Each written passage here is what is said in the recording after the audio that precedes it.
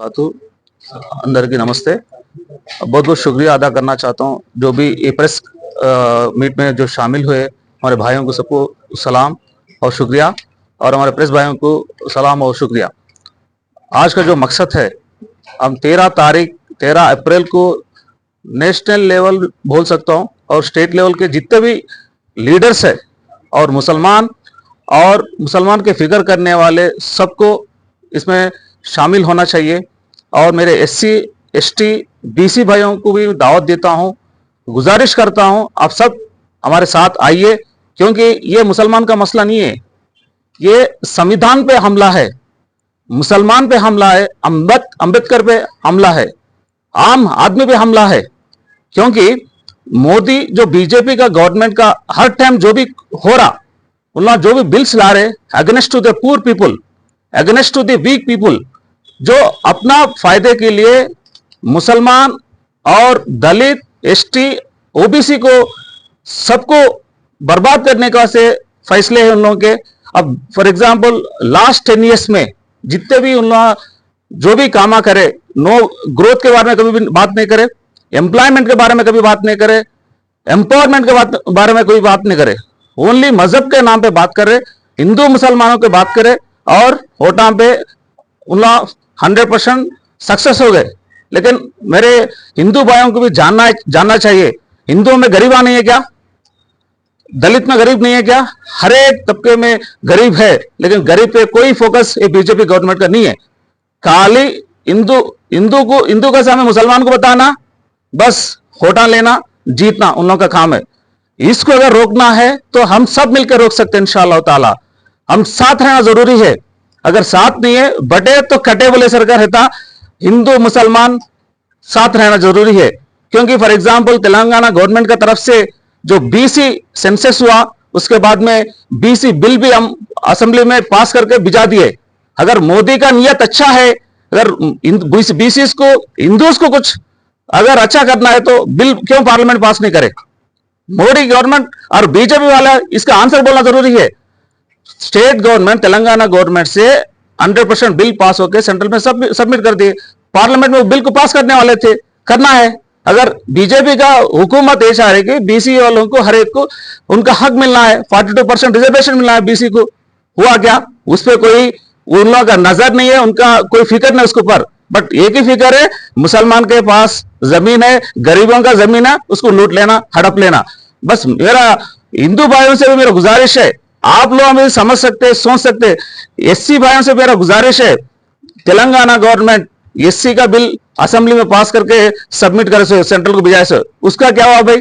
मोदी, हर कोई बोल रहे मोदी कुछ करने वाले, क्या करने वाले? तेलंगाना गवर्नमेंट कांग्रेस पार्टी की तरफ से 100% एससी का बिल भी सबमिशन हो गया, बीसी का भी बिल सबमिशन हुआ, उसका कोई वो बिल पास नहीं हुआ, लेकिन वर्क बिल पास हो गया। इसका मतलब उनका ग्रोथ, एम्प्लॉयमेंट, डेवलपमेंट का कोई बात है ही नहीं लास्ट 10 साल में, और नेक्स्ट 10 साल में उसका कोई जिक्र फिक्र कुछ नहीं रहता। ये मोदी गवर्नमेंट को, बीजेपी गवर्नमेंट को हटाना जरूरी है, और हटाना है तो यहां से हम सब मिलना है, साथ रहना है, सब साथ मिलकर लड़ना है। अगर लड़े तो इंशाअल्लाह ताला डेफिनेटली मोदी गवर्नमेंट को हटा सकते। जो सेकुलर गवर्नमेंट, प्रोग्रेसिव गवर्नमेंट, तो आम आदमी के लिए सोचने वाले गवर्नमेंट आना जरूरी है।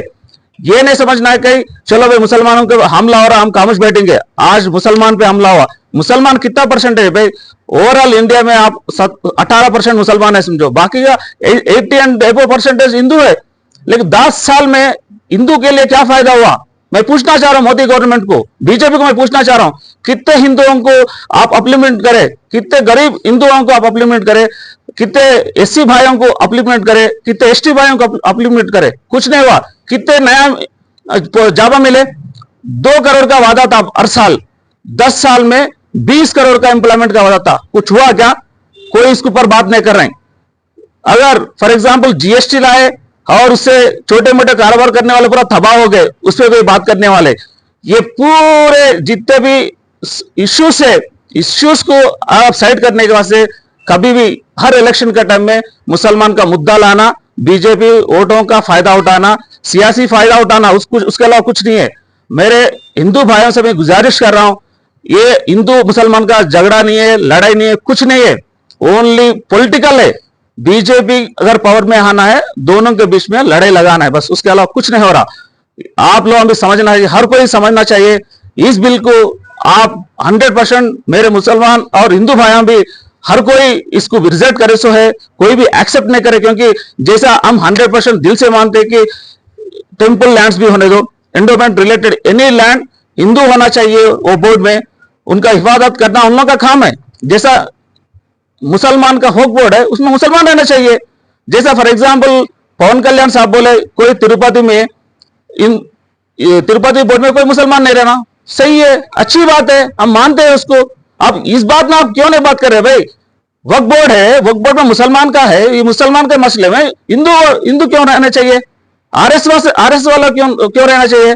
बजरंग दल वाला क्यों रहना चाहिए? मुसलमान का वोट में हिंदू का क्या क्या क्या फायदा होता है? उसमें नुकसान करने कर ले, आपने फायदा के लिए कर रहे। अगर मोदी गवर्नमेंट ये बोल रही कि चलो ये बिल से मुसलमानों को फायदा हो रहा, अगर फायदा हो तो मुसलमान क्यों एस्टेट करता, प्रोटेक्ट करता, रिजेक्ट करता है बिल को?